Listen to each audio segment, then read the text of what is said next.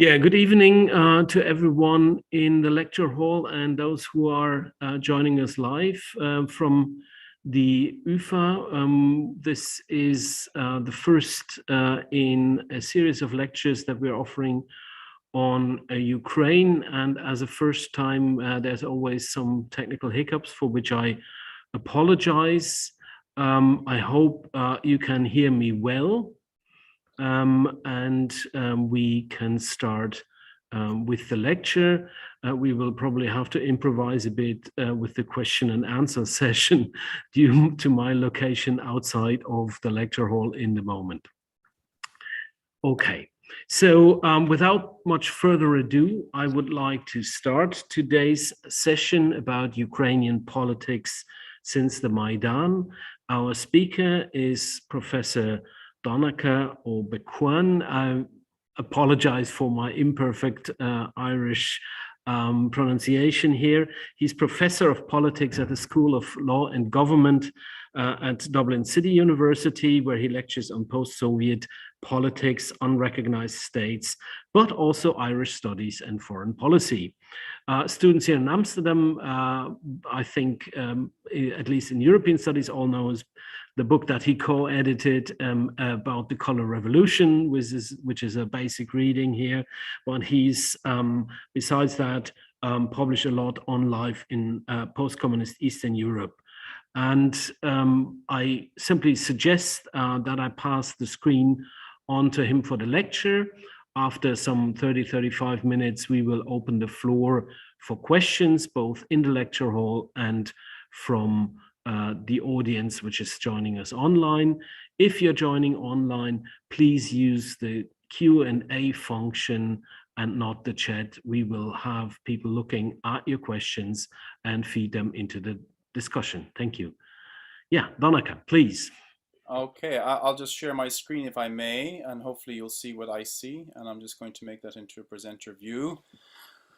Okay, good evening, Amsterdam. And good evening from Dublin. It sounds like an opening to the Eurovision Song Contest, but it's not, unfortunately. I'm honored to be the first to speak at this series of lectures on Ukraine, and I thank Professor Noack for getting in touch with me and inviting me to address you on this evening. And it'll be a very general introduction to politics in Ukraine.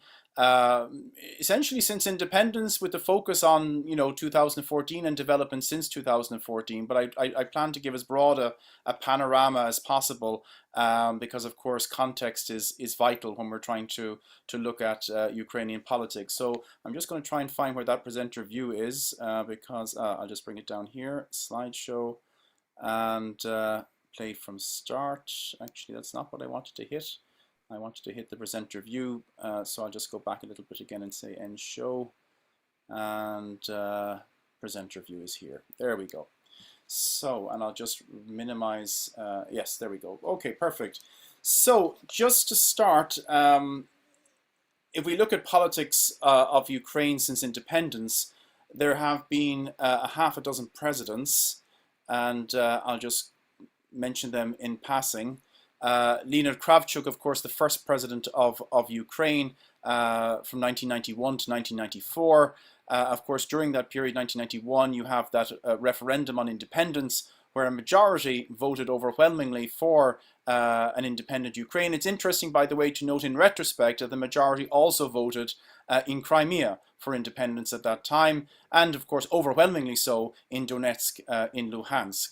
You have Leonid Kuchma, who is the only president. He's the unique distinction of being the only president who served 2 terms in Ukraine. Ukraine is a hyper-competitive political system. As we'll see in the last election in 2019, there were 39 candidates running for president in the first round.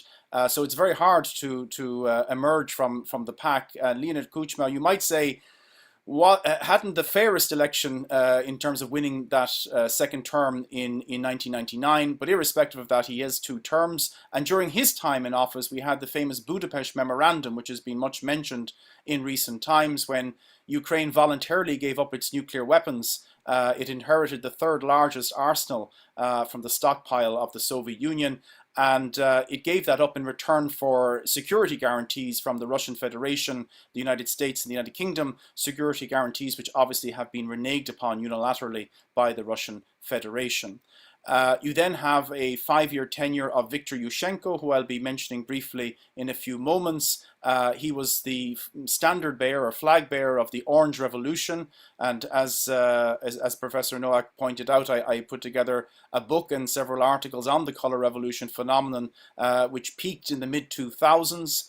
And then you have the man he defeated in 2005, replacing him in 2010, Viktor Yanukovych, who then controversially fled Ukraine in 2014 as a result of the Euromaidan protests. And he is then replaced in a subsequent election by Petro Poroshenko, the so-called chocolate king, because of course he made his fortune from confectionery, which you can still purchase, of course, in Ukraine, in those shops that are still open.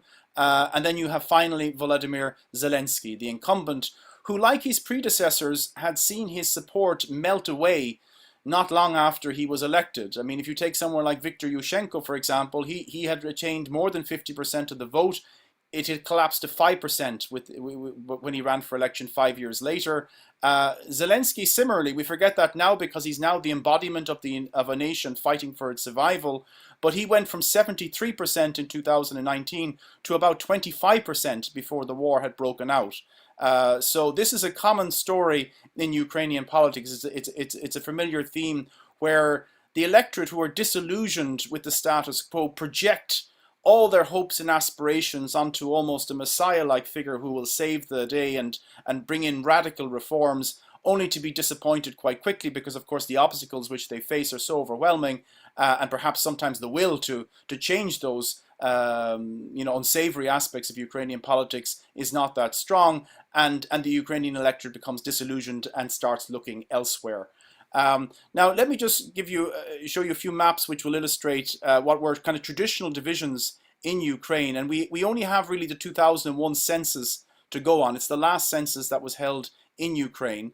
In Ireland, for example, we hold a census every 5 years. So not to have one in 21 years is quite remarkable. And therefore, the information is going to be somewhat dated. But there you have one on native language, which, as we see, you have the majority in Ukraine professing to have Ukrainian as their native language, and the only outliers there are in Crimea and in Donetsk and Lugansk, where the majority profess to speak Russian. As you know, there's been an attempt by the Kremlin, and not only, to conflate Russian speakers and pro-Russian or ethnic Russians. I have to say, as an Irish person, we find this rather odious, because it's a little bit like saying that a person in Ireland, and by the way that would be the vast majority, who speaks English is pro-English. It's a similar absurdity to say that somebody in Ukraine who speaks Russian as their first language is pro-Russian. The reasons why people speak English in Ireland, and indeed many people speak Russian and Ukrainian, of course, are because of a common colonial process of Anglicization and Russification, and in fact there's many things that unite Ukrainians and Irish in this respect, and indeed we have a book coming out on that subject later the year, teasing out those aspects. So, but yes, language is an important aspect, and I've noticed over the recent conflict and the build-up to the conflict that public figures, not least Volodymyr Zelensky, use a lot more Ukrainian now in their public discourse, whereas before they would have been as comfortable in using Russian. And also I should say that census is not that accurate in many respects. People have a tendency, when asked what their native language is, to point to the language, the state language. It may not be necessarily the language they use on a day-to-day basis. And that's why other statistics, for example, like this one here, which is a survey conducted in 2003 by the Institute of Sociology in Kiev, gives you perhaps a more accurate picture of language usage, as opposed to what people consider to be their mother tongue. Even if so when people say that something is their native language, they're often trying to say that their heart is in the right place, even if their tongue is not. And I lived in Kazakhstan for 5 years, by the way, and I noticed a similar trend there, where a lot of people in census returns would say that Kazakh was their mother tongue, but it didn't mean that they actually spoke it on a daily basis. Actually, they could be Russophones who would say that in their returns.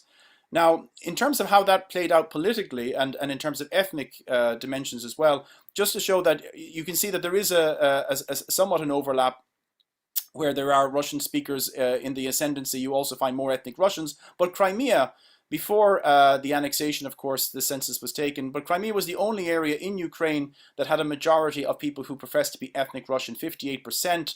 Not in Donetsk, not in Luhansk, where again over 60% would have professed themselves to be Ukrainian. And then the further west you go, the more likely you are to have more Ukrainian, ethnic Ukrainians, or self-professed, self-identified ethnic Ukrainians, and far less ethnic Russians. If you go there to Western Ukraine, you can see that there's places where there's only about 1% of the population professing to be ethnic Russian. And just to have a close-up of Crimea there for a moment, as you can see, even within Crimea, there's a diversity there. Those areas like Sevastopol and Balaklava having a higher number of Russian native speakers than those areas that are more inland. So moving along swiftly to the Orange Revolution, just very briefly, and to show you how those that linguistic and an ethnic map has had a relevance politically around this time. If you look at the map there, for those who voted for Viktor Yushenko in that seminal election, they were primarily in the kind of center and west of the country, and those who voted for his opponent, Viktor Yanukovich, from the Party of the Regions, were primarily in the east and in the south of Ukraine. You see there in Donetsk a remarkable figure of 96% allegedly turning out in favor of their homeboy, Viktor Yanukovych, because of course he was from Donetsk. And if you go then to the far west, areas like Lviv, voting 92% for Viktor Yushenko. And of course, many of you, because I understand we have a largely student audience, will not remember Viktor Yushenko. So let me show you two photographs from 2004, which illustrate that 2004 was not a particularly good year for Viktor Yushenko. There he is on the left, and there he is on the right. After he suffered a terrible attack, he was poisoned. This was during the election year, so many people, of course, suspected that there was a political motive and that the poisoning was not something that he sustained accidentally.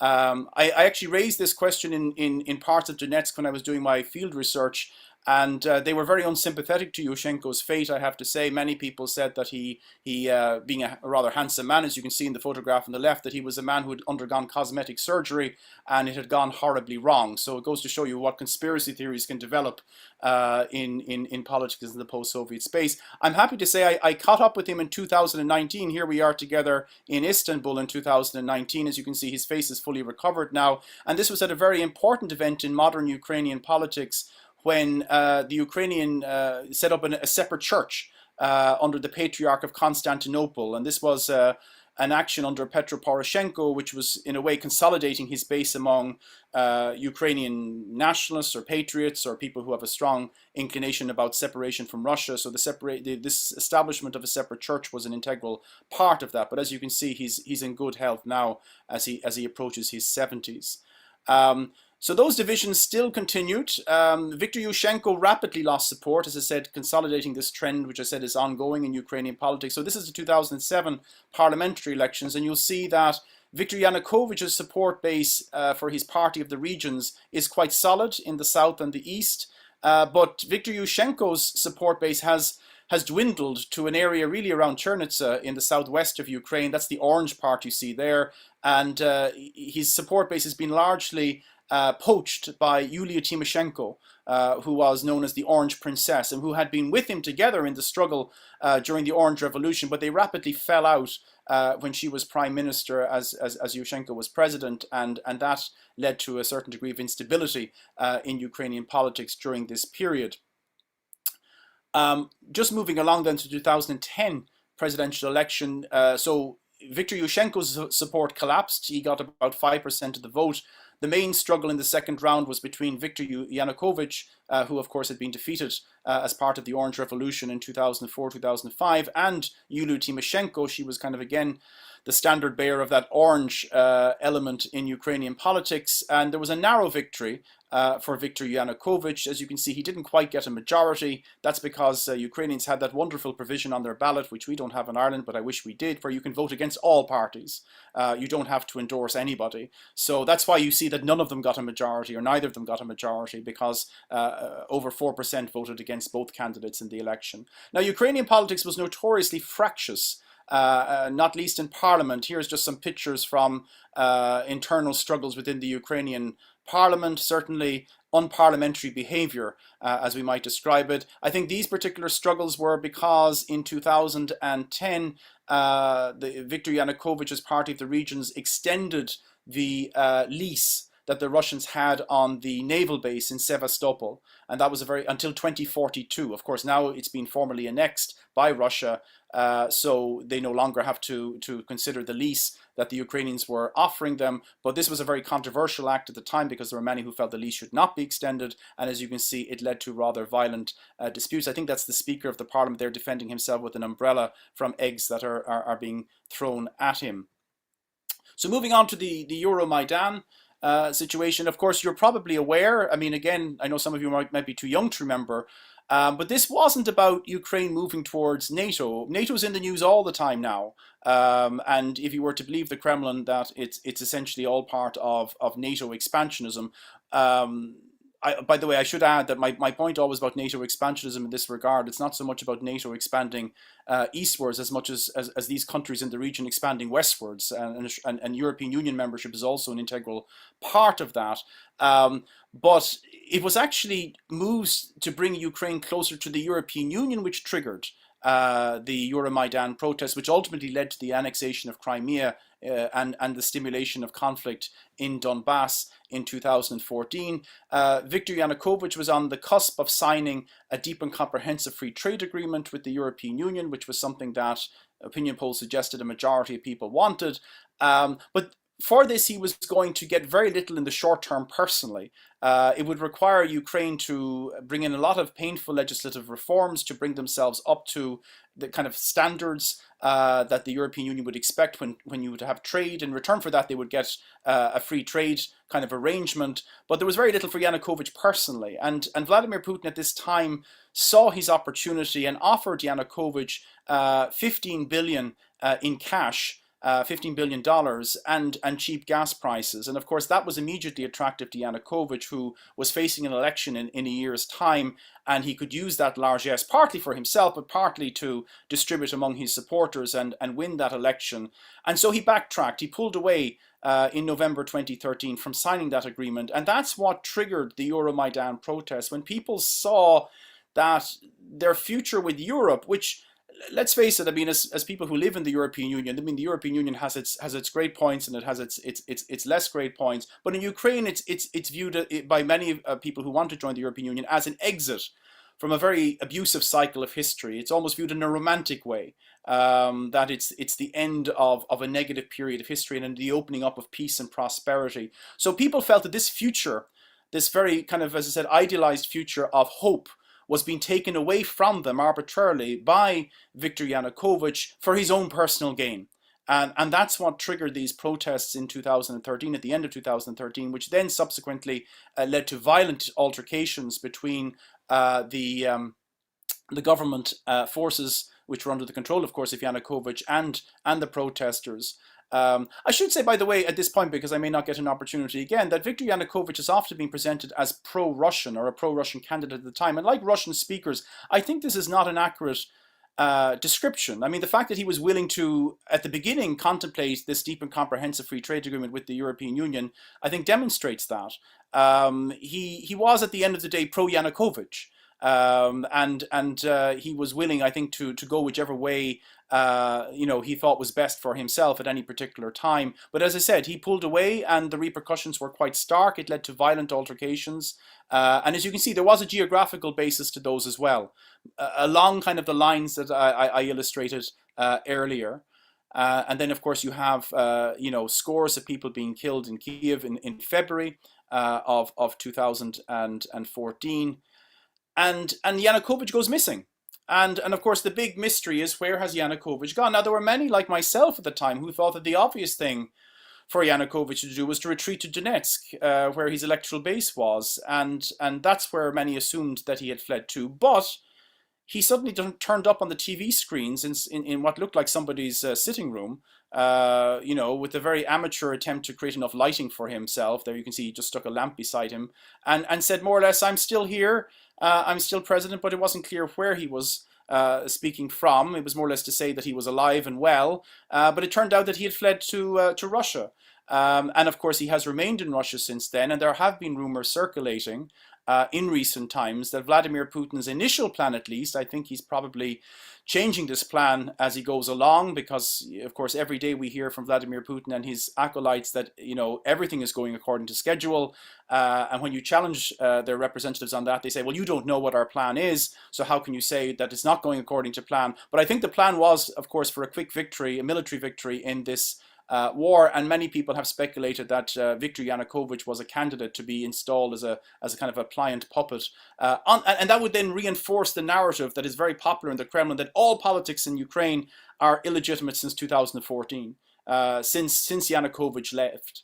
It's described in the Kremlin as a coup d'etat, as a Western-sponsored coup d'etat, one which was there to impose a government that wanted to join NATO and the EU, and therefore all successors have been pliantly following that. But it's worth pointing out that the Ukrainian parliament, after Yanukovych fled, rapidly inaugurated a legitimate regime, of course called new elections very quickly for president, and of course parliamentary elections later that year, and of course Yanukovych was impeached. So the idea that just because Yanukovych left, that all governments and all elections subsequently are illegitimate is one that I can understand the attractions from the Kremlin's perspective, but it's one that holds little water for objective observers.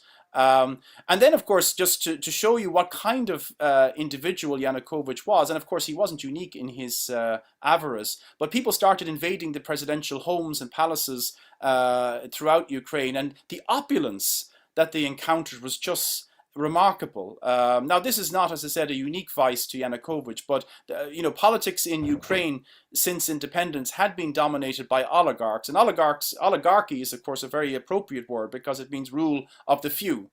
And what you had in Ukraine for many years was a form of crony capitalism, where a small number of people benefited.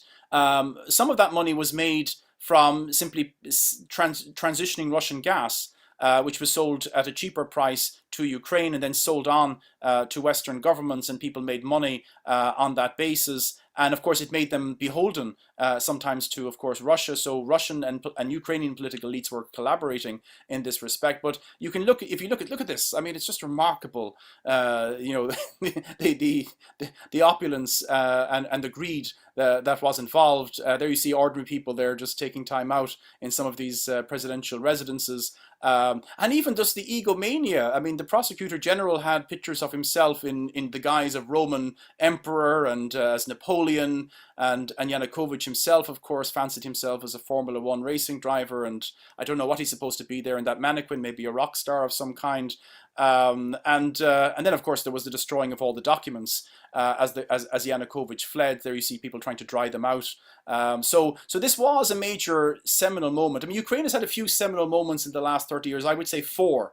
One, of course, is the dissolution of the Soviet Union, which led to a very difficult period of transition, of course, in the 1990s. The second, of course, is the Orange Revolution, which I've already mentioned. The third is what I'm describing now, which is kind of the upheaval of 2014, which had many different dimensions to it. It had Euromaidan, it had the annexation of Crimea, and as I said, it had the conflict in Donbas. So let's move on to the annexation of Crimea then. It occurs shortly after the Winter Olympics. Indeed, of course, the Winter Olympics were taking place this year as well, and many also had the same theory that they were waiting for the Olympics to finish. And of course, if you go back to Georgia in 2008, there was also the Summer Olympics were taking place, and again, it was just around that time when the invasion took place. So the Olympics, there seems to be a strong correlation between Olympic Games and Russian invasions in the past several years. So Crimea obviously was the focus. We started seeing the emergence of these so-called little green men, which had no insignia and of course were disowned, or rather the Russian government was saying that they weren't Russian troops. Of course, afterwards they were happy to claim to them and to take credit for the annexation, but at the time they disowned them. And this, of course, again, has been a consistent policy of having troop movements and being completely dishonest about the intentions behind those troop movements. A so-called referendum then was held over a 10-day period. So between the moment the referendum was allegedly called and when it was implemented was 10 days. You compare that, for example, to the Scottish independence referendum, where you had a 2-year campaign. I mean, we had 10 days. And as I said, it wasn't a campaign. There were no electoral lists. There were no... Actually, interesting enough, and I'll show you a slide to illustrate this, the only observers who came, because, of course, they were looking for some way to legitimize what was happening, the only observers who came were from far-right parties throughout Europe. And I'll show you that in a moment, which is rather ironic because the whole referendum campaign was based on the notion that Ukraine was being taken over by fascists, by neo-Nazis. There's some election campaign posters or referendum campaign posters, as you can see, stop fascism. And you see there, no to Nazism, no to the UPA, no to Pravi Sector. And again, a very stark choice there. Look, it's either a Nazi Crimea or a Russian Crimea. There's no middle way. There's no staying where you are. It's either one or the other.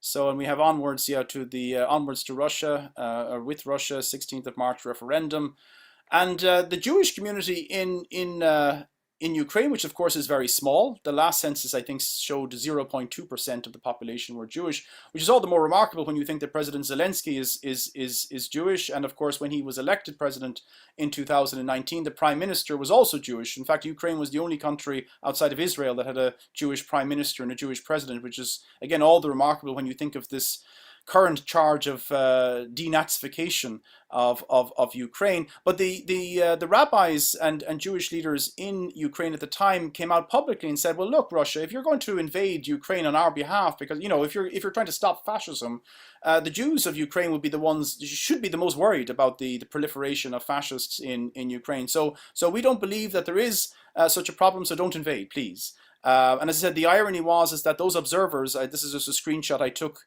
at the time from Russia Today, which of course you can no longer watch. I don't know, I think of course you can't do it in the Netherlands. Certainly mine has been switched off here in Ireland. We could pick it up on the channels here. But here you see a member of the Freedom Party of Austria, that far-right party of Austria, one of the observers, but they also reached out to Jobbik in Hungary, to the far right in France, and I think actually even in the Netherlands. I can't confirm that now. Maybe people there in the Netherlands will be able to confirm that. But they were the people who they brought to Crimea to observe this electoral feat. And of course, if you were to believe Russia, 97% voted in that referendum to join with Russia.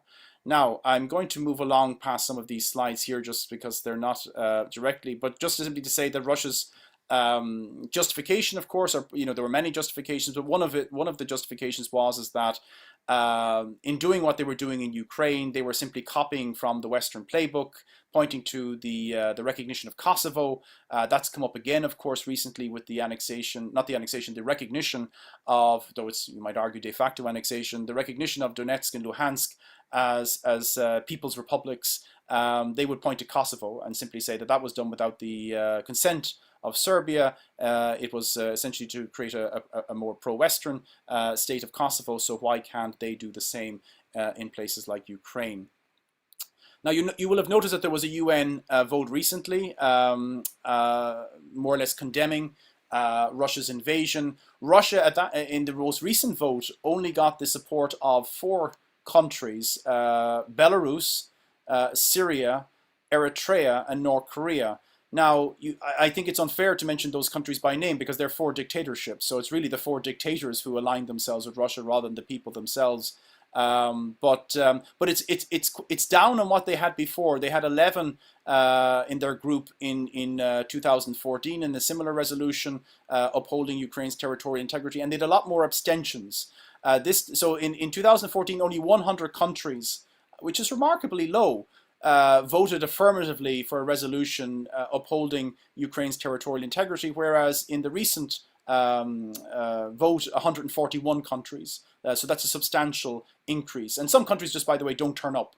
Burkina Faso was conspicuous by its absence, and a few others. But it's interesting that Central Asian states, for example, which are heavily dependent on Russia, Armenia, for example, which is very dependent because of Russian support in the Nagorno-Karabakh conflict, didn't vote with Russia either. So this is unprecedented isolation of Russia on the international scale. There's the actual breakdown of the countries, but we won't go through them now.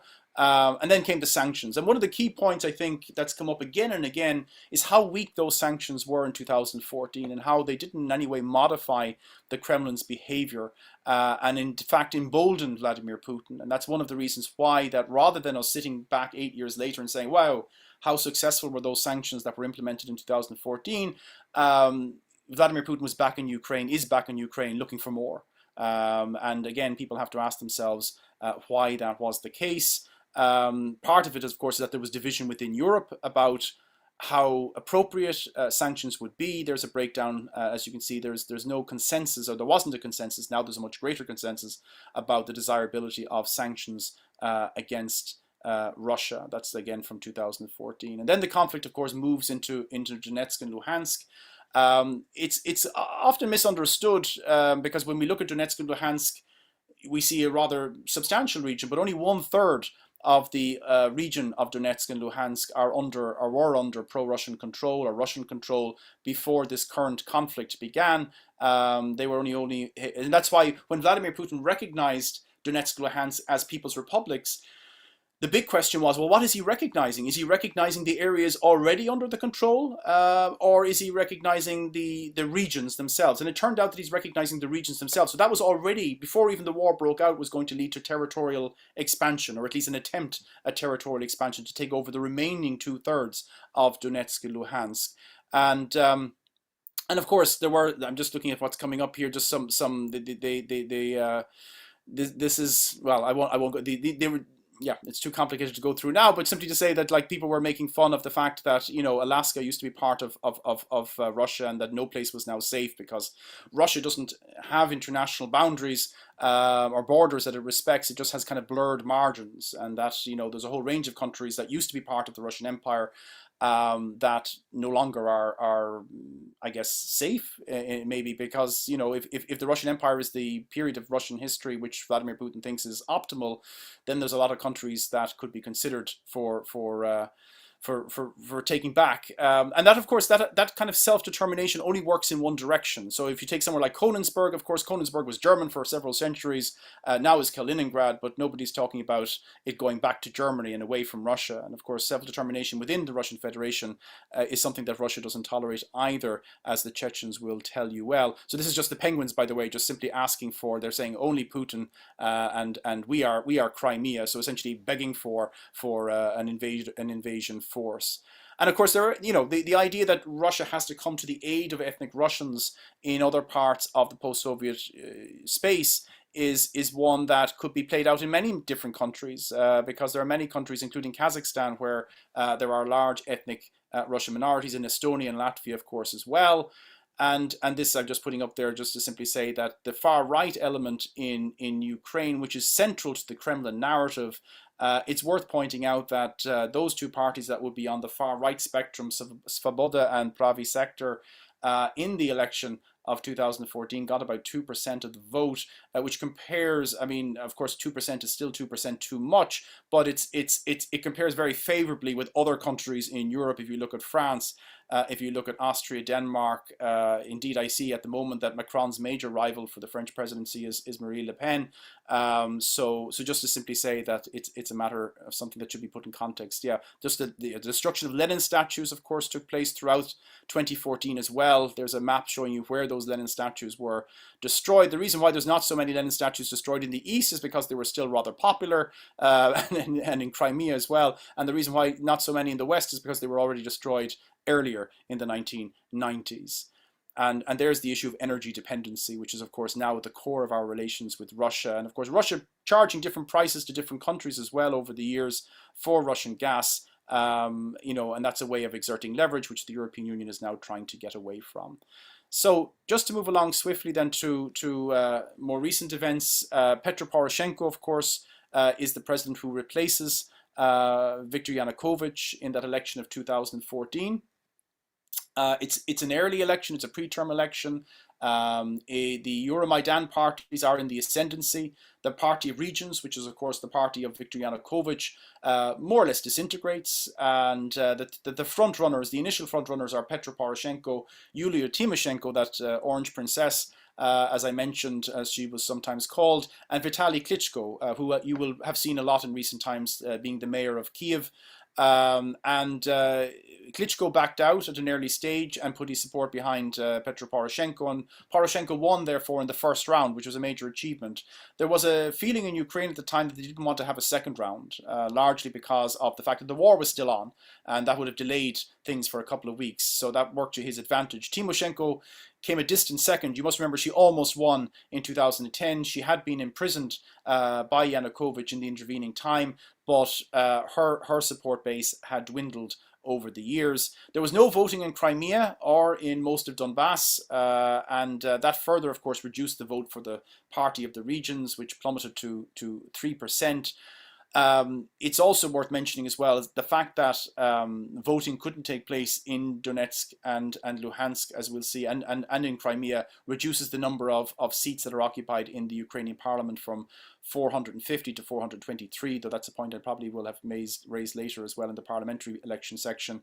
The radical nationalists, again, who achieved so much attention in the Kremlin narrative, as you can see, did very poorly, getting less than 2% of the vote collectively. And yeah, just here to show you Vitaly Klitschko, because there he is in one form and there he's in another. I'm not a boxing fan. I'd never, but apparently he was extraordinarily well known, as was his brother, people told me, in world boxing as a heavyweight boxer. So there he is fighting in different times. And of course, you've had a lot of cliched media articles in recent times saying that he's now facing the most important fight of his life in this current struggle against Russia. Now, Poroshenko, like previous Ukrainian presidents, his popularity melted away quite quickly, so much so that by the time parliamentary elections took place just a few months later, his Poroshenko bloc, while it does get the greater number of seats, it didn't get the largest number of votes in the party list. That was actually Yatsenyuk's People's Front. Tymoshenko's fatherland party does rather poorly, just barely crossing the 5% threshold. That's an important point to make, that Ukraine does have a party threshold. You must get 5% of the vote. And that election was significant, not least for the fact that you had a huge overwhelming majority of parties that were now committed to a kind of a pro-European Union and membership of the European Union dimension. That, whereas Ukraine was more divided before, the events of 2014, kind of consolidated a much larger electoral base behind those advocating for a more pro-EU approach to politics. It also was the election that saw the end, at least electoral end, of the Communist Party, which didn't get representation in the election, and so that's in the parliamentary, yes. And then if I move, so that's in the next slide here. So as you can see, Poroshenko is commenting that for the first time in 96 years, there will be no communists in the Ukrainian parliament. Ukrainians have made a final hit to the fifth column. So the Party of the Region support base, it wasn't quite dead, but it was very much diminished. The opposition bloc, which is kind of the successor to the Party of the Regions, just got 9%. Tymoshenko down to 5%, as said, barely above the threshold. No representation either for Svoboda or Pravi Sector, those two far-right parties. And the East-West divide, which I mentioned at the beginning of this presentation, is far less evident. And as I said, a number of seats in the parliament are not occupied because of the fact that Crimea and Donbas are beyond the jurisdiction of the Ukrainian government. That also makes it easier, by the way, for a governing party to get an overall majority in a way, or at least it made it easier for the current party, Servant of the People, because they only need to get, as I said, not 225 seats, but something substantially less because of those 27 seats which are unoccupied. And then we move up to the most recent presidential election, the one that brought Volodymyr Zelensky to power.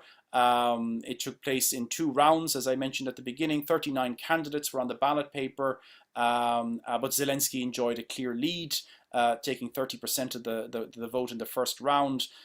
with Poroshenko and Timoshenko trailing far behind. Again, the Freedom Party, which was kind of the standard bearer for the ultranationalists, getting less than 2%, and an overwhelming landslide, an unprecedented landslide for Zelensky in the second round, with Poroshenko only getting a larger share of the vote in or around Lviv, as you can see in the electoral map there in the far west of Ukraine. And Poroshenko's campaign, he knew he was in trouble when the election campaign started. So there were a few things that he did to try and consolidate his base among those who were, I guess, of a more nationalist disposition. So one of them was what I mentioned earlier, the creation of a new Orthodox Church, independent from the Russian one and recognized by the Patriarch in Constantinople. That was seen as part of his re-election campaign, because he did that in January 2019, so just a few months out from the election. He also adopted the election slogan, army, language, and faith, which again was appealing to people's sense of patriotism. And after his poor performance in the first round, he introduced a long-delayed Ukrainian language bill, which made it mandatory for public sector's employees to speak Ukrainian. He had 5 years to do that. He hadn't done it, and he brought it in, as I said, between the first and the second rounds of the election. So that was considered to be a last gasp attempt to win over more support from, particularly from the Western Ukraine. And that's indeed, as I said, the only place he got a majority was in the west of Ukraine. And there's a picture I took, by the way, of that famous event in 2019 of that new Orthodox Church being established, Ukrainian Orthodox Church in Constantinople, otherwise known as Istanbul. In terms of Zelensky's campaign, he was, of course, largely unknown to the outside of Ukraine, certainly in the West. When I say outside of Ukraine, I mean in the non-Russian speaking world, I guess. He, of course, was a minor celebrity. It's all come to light now for many people. Of course, he was the winner of the equivalent of Dancing with the Stars in 2006. He was the voice of Paddington Bear in the Ukrainian version of the movie. But what really, of course, catapulted him to fame was that series, which many of you have watched, and if you haven't, I strongly recommend it. I watched it before he became president, Servant of the People. It's extremely funny.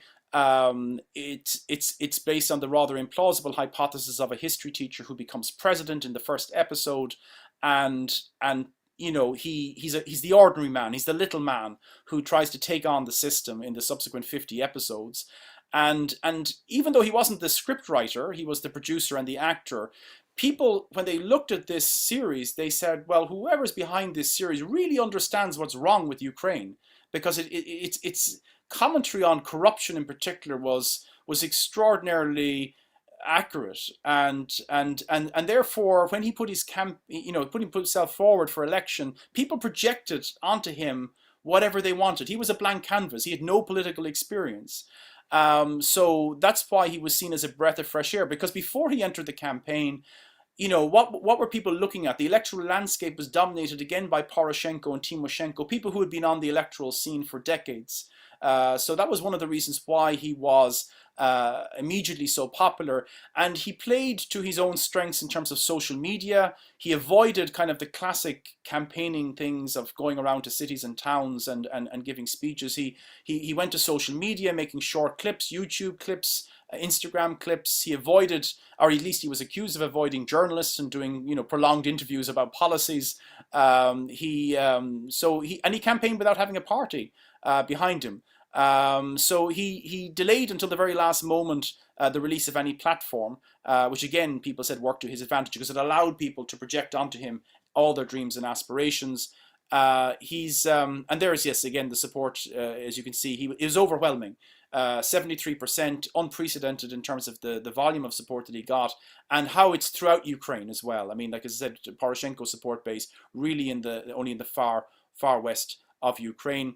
He tries to capitalize then on that honeymoon by having a snap election in July, and I was in Ukraine for that election, and of course voter interest was again quite high. He made a very I guess shrewd decision that anybody who was running for election for Servant the People on the party list, they couldn't have served already in Parliament. So it was giving again a signal to the electorate that this was a completely new political elite that was being created, because as you know, in Ukraine and in many post-Soviet countries, experience, which is extolled as a virtue in consolidated democracies, is considered to be a negative in many of these countries because it's then experience of corruption. It's the wrong kind of experience. So the idea that you were bringing in a new political class was considered something attractive. They won an outright majority, and again, this is electoral history in Ukraine. 254 seats out of 450, but as I said, they didn't need 450 because 27 seats were not occupied in the Ukrainian parliament. And so for the first time in the history of independent Ukraine, you get a party winning that didn't need to join any other party or electoral bloc to form a coalition. And Servant of the People significantly won in both colleges. So the Ukraine has a mixed party system. So you had 50% are voted by party list and 50% are voted by constituency, and they won a majority in both, which again is something that's very unusual. And there you see some pictures of Zelensky from his acting period on Servant of the People. Very difficult, of course, to tell the difference between fact and fiction in some respects. And up until the war, the thing that he was primarily known for, at least in the Western world, was how he got roped into, it's now all forgotten really, the US impeachment story of Donald Trump. When, and this I think illustrated how vulnerable Ukraine's position is. The United States is supposed to be an ally of Ukraine, against a very determined adversary, Russia. And what happened is that Donald Trump more or less said, the transcripts were there for everybody to see. They didn't come out immediately. The conversation, I think, took place in July of 2019. It was released in September, October. But what the transcript indicated was that Donald Trump starts out by saying to Zelensky, look, we've been very good to you in Ukraine. We've given you a lot, but I'm not so sure it works the other way. So you should do something for us. And what you could do for us is that there's a guy called Joe Biden who has a son, Hunter Biden, and he's been in Ukraine, and we think he's been doing things he shouldn't be doing, so we want you to go and help us dig up dirt on him. And he heavily implied that if cooperation wasn't forthcoming, that Ukraine wouldn't get the $400 million of aid that Congress had already approved. So this was a remarkable attempt at intimidation for Donald Trump's own personal benefit. And that's what, as I said, initiated impeachment proceedings against him. But it shows you how, again, how difficult it is for Ukraine and how difficult it was for Ukraine between 2014 and the present day. Now we are in a situation where the Western world is united behind Ukraine. But you have to ask yourself, as we often do, I think now, what were we doing for Ukraine between 2014 and 2021? And you look at, as I said, the United States here, it was putting a lot of pressure on Ukraine in a way that was damaging. And indeed, it was almost reinforcing the problem that Ukraine has with corruption. And I think this picture I love, of course, I think it captures Zelensky's, predicament when dealing with Donald Trump. And that brings us up to where we are today, which is the road to war, which is something that I could speak at length about, but I know that you have probably some questions that you'd like to ask, but I'm happy to speak about the aspects that I've discussed, or indeed about the current situation, of which I've spoken a lot about in recent times, as have many people who have been familiar with Ukraine. And just to finish in saying that even though I speak about this in a dispassionate way, I have to say, like for many of you, it's been emotionally exhausting watching the last couple of weeks and how an entire people that many of us are very familiar with and love have been subjected to such brutality. And it is important that we do our best to support Ukraine at this time. And of course, familiarizing ourselves with Ukraine is something at least we in the academic community and universities can do. I know there's much more we can do, and we are doing, but that's why I'm so grateful again to Professor Nowak for starting this initiative of lectures on Ukraine, because I think every initiative helps that helps us know more about Ukraine. So on that note, I'll finish, and I'll hand it back to you, Christian, because I think that you will know what to do from now on.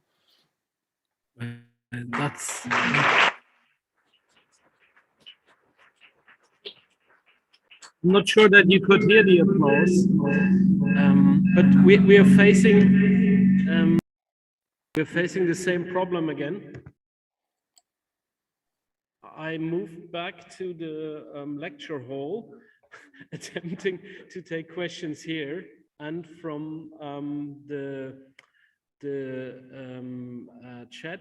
And perhaps we start with a question from the chat. We have somebody who has wrote, based on your extensive knowledge of Ukraine and Ukrainian politics, what do you consider to be the best case scenario for how Ukraine's future will unfold? Trying to find some hope to hold on. Well, the best case scenario is the scenario that Ukraine deserves. I mean, like I've heard you get a lot of speculation about, oh, a deal could be done. You know, if Ukraine was willing to give up this and give up that and give up many other things, then Russia might be satisfied. I think that boat has sailed some time ago, you know, because, you know, we were told that Russia had insecurities about Ukraine, that, you know, it needed to be demilitarized or neutral. It's important to remember, as I said, that Ukraine had nuclear weapons and it gave them up. It essentially completely demilitarized, and it didn't protect itself from Russian aggression. Indeed, it was non-aligned militarily in 2014, and it had a very disorganized and poorly equipped army in 2014, so certainly no threat to Russia. And yet that was also the year when it was invaded and occupied. So I think we have to get away, certainly when we think of solutions or agreements about how best to assuage Russia's insecurities. Because this is not about assuaging Russia's insecurities. This is about protecting Ukraine. It's a point I've been making a lot here in Ireland and in any other forum where I've been speaking, that, you know, Ukraine has made it clear by its heroic struggle that it is one of us, and it deserves to be, you know, more than deserves. I mean, we have to do everything we can to protect Ukraine and to get Ukraine into the organizations of which we are part in the Irish case, that's the European Union, as swiftly as is possible, and not to compromise on fundamentals, because we it's not for us to be putting pressure on Ukraine to accept anything other than what we would accept for ourselves, which is the self-determination of our own countries and the right to determine our own futures domestically and geopolitically. So, you know, I take the long view of this, to be honest. I look at, like, for example, the Hungarian uprising of 1956, which, as you know, Russian tanks were sent in to quash. The Czechs and the Slovaks, of course, in 1968, again, tanks were sent in to stop reforms there. The Poles in the 1980s, who were repressed. All of those countries, we couldn't do anything at the time, unfortunately, in this part of Europe to help. But the Kremlin made a fundamental mistake, which is still making today in Ukraine, is that it's assuming that military conquest matters in the 21st century Europe, and it doesn't. It's the battle for hearts and minds that's important. And it lost the battles for hearts and minds in Hungary, in the Czech Republic, in Slovakia, and Poland, which is why all those countries, without exception, are now in the European Union and in NATO. Because Kremlin aggression, you know, encouraged them to move there. And as I said, it wasn't about NATO or the EU expanding eastwards. It was about these countries retaking their place at the heart of Europe, and Ukraine is making that same choice today. And as I said, it's a choice that has a right to be respected. So, you know, irrespective of what happens on the battlefield, irrespective of temporary territorial losses, you know, Ukraine, as I said, I think in the longer term, its future will be promising. It will. I am optimistic in the long term. And I have to be. I think it would be, again, it would make a bad situation worse if we were to descend into complete pessimism, because it's very easy to do so at this moment in time. But that's a long way of saying that the best solution is the one that conforms with the democratic wishes of the Ukrainian people, and that's what we have to support as much as we can. Yeah, thank you so much. I hope we can. Yes,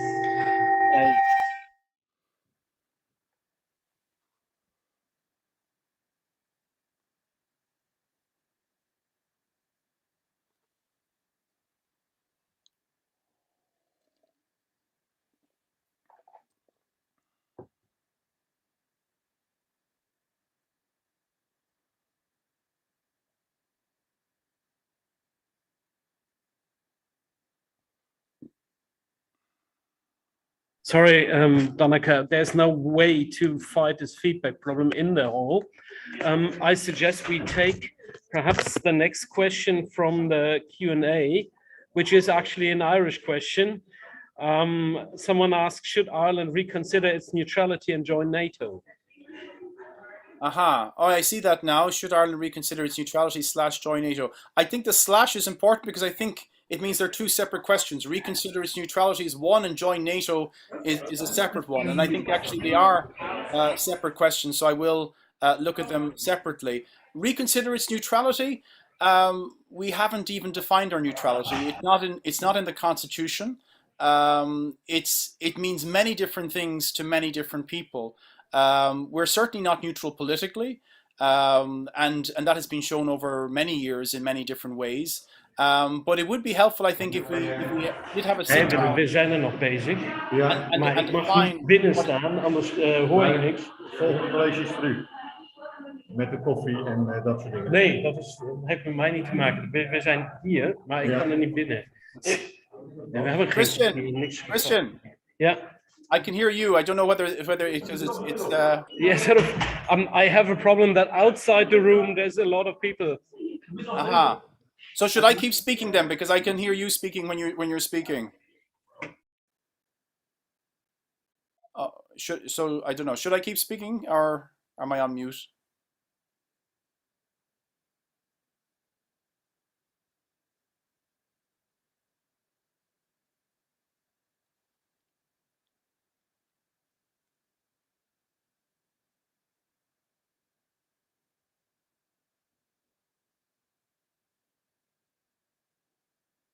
Okay, so I can see you, Christian. Maybe you're in a quiet place now. Sorry, we have the problem. I asked my colleagues to collect questions now from the room, but I don't know whether this will work. Perhaps we can look at the chat in the meantime. Yeah, I was trying to answer that question that was asked, but as I said, because I could hear you, there seemed to be two voices, so I didn't know whether I should keep speaking or or wait. But just to say briefly, because I don't want it to a question to go unanswered, but just simply to say that we don't have actually any provision for neutrality in the Constitution. It's a kind of it's a very wide-ranging and popular notion, which allows, because it's not defined, allows people from all perspectives to subscribe to it. But at moments like this, like with the war in Ukraine, I think it comes into sharper focus about what does it mean when people in Europe are being murdered and can't protect themselves. What does neutrality mean? I mean, we've sent aid to Ukraine. We are taking many refugees, and then that follows on to the second part of the question about whether Ireland should join NATO. In fact, there's no reason why Ireland would need to join NATO to render effective assistance to Ukraine. It's obviously a question for Irish people to discuss, and if there was a campaign, it would be. But I don't think there's any momentum in Ireland to join NATO right now. I think there is, though, a big momentum to sit down and have a serious discussion about what it means. What does neutrality mean? What does it prevent us from doing, and what does it allow us to do? And because neutrality in Ireland is something very different from being, I guess, in Finland, which of course is a neighbor of Russia. They're militarily non-aligned. They're not in NATO, but they have, for example, military conscription. We don't have anything like that. We have a very underfunded military. We spend 0.2% of our military, our GNP on defense. Estonia spends 2.1%, so 10 times the amount per capita, and that's a matter of geography. But as somebody once said, it's becoming more expensive to do nothing because there's a whole range of threats out there which Ireland is not immune from, including cyber attacks, which we are, almost innocent to. There was an attack on the Irish healthcare system earlier this year, over 100 million euro worth of damage. The attack emanated from Russia. We don't have any cyber defense system. We've never invested in one. We don't have a primary radar system. So Russian ships come into Irish territorial waters or the exclusive economic area. We can't do anything. Similarly with planes that are flying, Russian planes that are flying around Ireland. So it is a debate that's happening here, and it's a debate that's happening all over Europe, including, as I said, in other militarily non-aligned countries like Finland and Sweden. And it's very chilling to hear sounds from the Kremlin that if Finland or Sweden decided to join NATO, that this would also have repercussions for Finland and Sweden. And it's left very open-ended about what those repercussions would be. So I think, though, in Ireland, we have to, I guess, acknowledge that as members of the European Union, we have responsibilities to other European Union member states. And again, that'll be teased out. The debate is already beginning. But one might argue that it should have been initiated some time ago. Okay, thanks very much for this extensive answer to this question. I have a few more coming in through the chat. There was a question whether the sanctions are enough or what should be done with it. Well, the Ukrainian government, and I would take my lead, as would many from the Ukrainian government, don't believe that they are enough. They believe there should be an embargo, for example, on Russian oil and gas, that swift all Russian banks at the moment, it's only a small number, but all Russian banks should be denied access to SWIFT, and of course there's a range of other types of sanctions that have been mentioned by the Ukrainian government, which could be implemented or not being implemented. So that's I guess a long way of saying no. There is more that could be done, and should be done, and yeah, that would be the answer to that question. Since you say there's a few more to come, I don't want to, I guess, dwell too long on each of them. Thanks. I have now, it's a bit like sort of the Stone Age. Somebody come out of the room and gave me a handwritten question, which I try to read out now. So the question is about the relationship between Russians and Ukrainians. Ukrainians had suffered a lot because of the Russians, forced Russification, political purges, Holodomor, Crimean annexation, and now the invasion. Will ever Ukrainians forgive the Russians, the Russian state? It's possible, there have been let's look at relations between Ukraine and Poland. If you look at what happened during World War II, there's a lot of reasons why Poles might have difficult relations with Ukraine. But the reasons why those atrocities that occurred during World War II do not affect relations today. In fact, as you know, Poland is one of the strongest supporters of Ukraine, has been arguably the greatest advocate for Ukraine within the European Union, in taking refugees as well, in trying to bring forward the idea of supplying MiG-29s to Ukraine. And that's despite the mass killing of Poles by Ukrainians during World War II. And the reason is because the relationship today is one based on mutual respect and friendship. And therefore, that is an example of how you can overcome historical tragedies. The problem with Russia and why Russian relations are so bad is that, there has been no attempt to establish a relationship based on mutual respect, now or before. It's always been a colonial one, an imperial one, and so it is today. And so that's and we have rather good relations, at least up until Brexit, with the British. And that's another example where you have centuries of genocidal policies implemented against a nation. But again, if you end up with a situation where you have two consolidated democracies who have a convergence of interests and a lot of interaction, those historical tragedies can be overcome. I think as long as Russia is a dictatorship ruled from the Kremlin and has these neo-imperial policies towards Ukraine, it's impossible for Ukrainians to ever get over what has happened, irrespective of what's happened now. I mean, it will take a long, long time, and it'll be for Ukrainians to decide how long before they can forgive and forget. But they will never forgive and forget as long as the policies remain more or less the same, and the attitudes, which I said are based on a neo-imperial approach to Ukraine.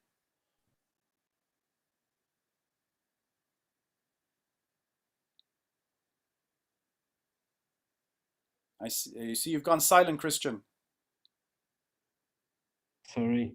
We are not just running out of the room, but also running out of time slowly.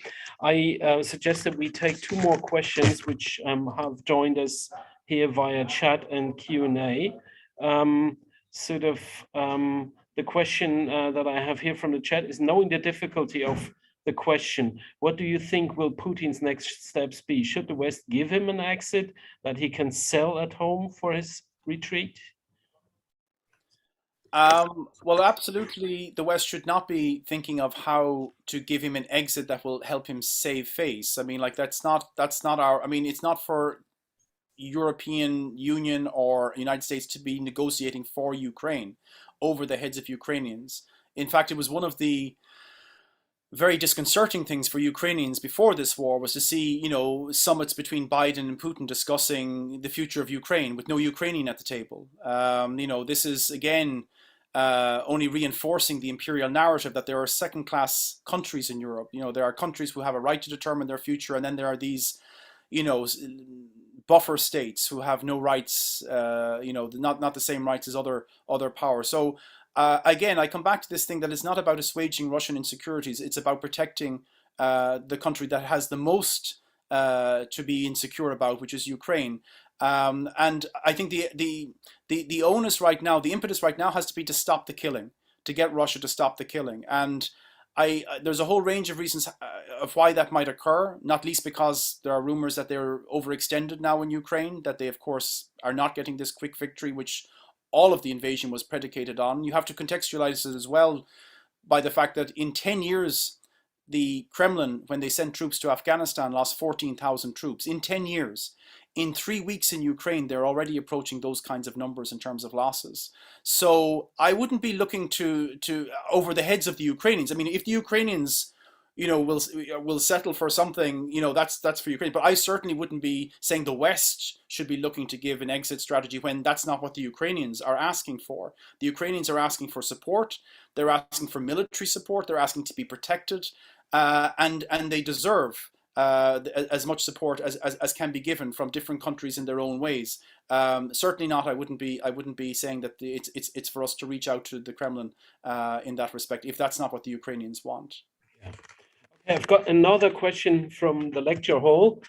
Very quickly, it is asking that we hear a lot about sanctions against Russia, and these sanctions harm the Russian enterprises and the oligarchs. But what about the reverberations of this antagonism on the Russian population? Yeah, I mean, that's the hope with sanctions, is that ultimately it will trickle down to ordinary citizens. I mean, we're already seeing that with the collapse of the ruble and how that is affecting what people can buy, and that the longer those sanctions are imposed, the greater the Kremlin will feel. Even in dictatorships, I mean, they can't be oblivious to how the people are thinking. And indeed, Putin's popularity, which has been noticeable for some time in Russia, has been a feature, has been his ability to deliver some part of Russia's natural resources and natural wealth to ordinary people. But if that begins to falter and people are seeing the country going in a very negative direction, that could have an opposite effect. Now, I'm not saying there would be necessarily a popular uprising as such, and a lot of people are still fed on a diet of Kremlin propaganda. But I think that that's the hope. I mean, the worry that I would have, and this goes back to the previous question about what kind of exit strategy might be there, is that as part of negotiations, the West might say to Russia, oh, if you do this, we'll lift all those sanctions. And there's your reason for stopping the fighting. But the problem with that is, now I'm not trying to tell people what they can or they can't do. This is for negotiators, and I'm not obviously part of any negotiating team. But what I would say is that one of the reasons why Putin was emboldened at the beginning was how weak sanctions were.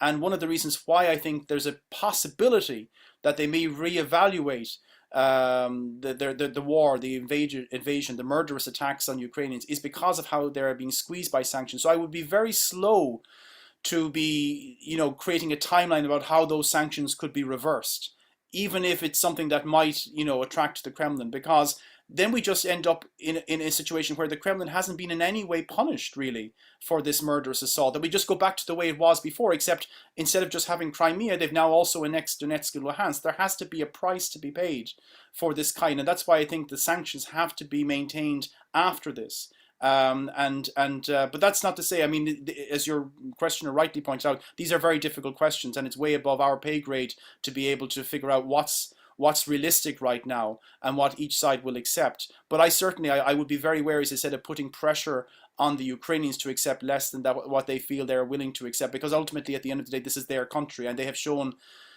remarkable heroism in defending it. And I think it's for us just to take our cue from what the Ukrainians want and take things from there.